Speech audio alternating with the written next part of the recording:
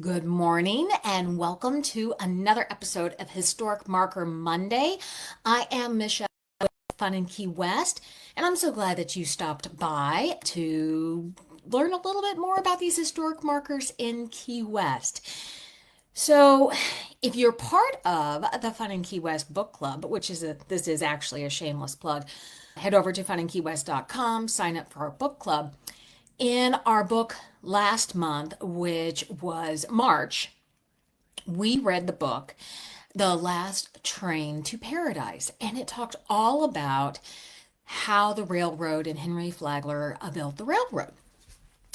And today, it's all coming full circle because today we're talking about, and our stop is Trumbo Point. And a lot of you are thinking, what? Right now, it's tied to Henry Flagler, but you're going to remember where this is, and it's really cool. So way back in the early 1900s, when Henry Flagler was building the railroad down to Key West and through the Keys, he wanted a terminal for his overseas railroad once it arrived in Key West. The problem was, Key West at this time was one of the most populous cities in Florida, and there was no more room. It was full. It was stuffed. And so Henry Flagler said, then make some. Just make some land. Make Key West a bigger island. So Flagler's right-hand man, J.R. Parrott, hires the Trumbo American Dredging Company. And Howard Trumbo then is the head engineer, and he works his magic, and he creates 134 acres of land. And just like that, Trumbo Point is born, literally man-made. And that's how that section gets built. It's all man-made. Fast forward to July 13th, 1917, the U.S. Navy thinks and recognizes that this point on Key West is very valuable land, and they want to acquire it. So they acquire Trumbo Point from Flagler, and they break ground to build the Trumbo Naval Air Station. So as you're going down Whitehead and you see the air station, a lot of that is all part of Trumbo Point and all man-made. The first commander of the Naval Air Station here was Captain Stanley V. Parker, and he reports for duty on December 17th, 1917. The cost to build that base was a little more than $1 million, which is an amazing amount of money for back in 1917.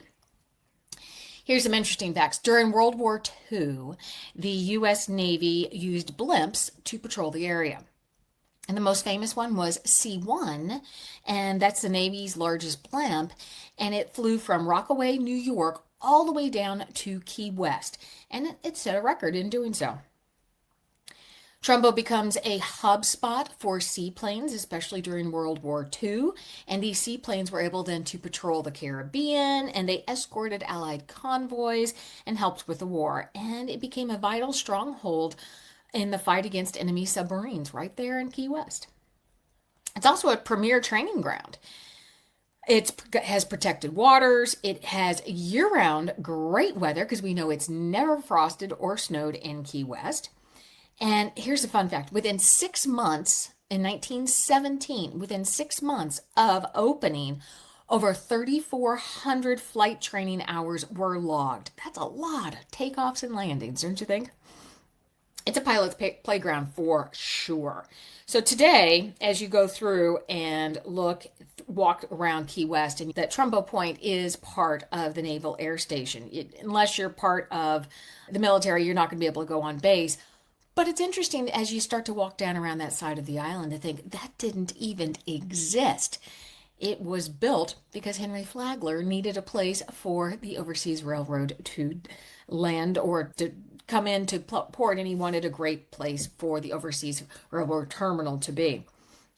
So now you know. Isn't that cool?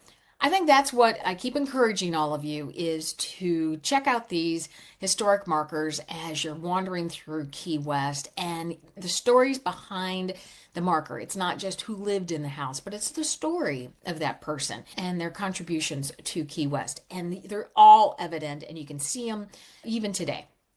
I'm Michelle with Fun in Key West, and I'm going to encourage you head over to our website. Lots of free guides over there, lots of information about Key West, but we're also hosting a book club. It's a virtual book club, and we're having a lot of fun over at that book club. Sign up, and you'll get to see a PDF of everything that we have read so far, and come join us in our private Facebook group. I hope you now have a new appreciation for Trumbo Point and understand its significance and how it all ties into the history of Key West.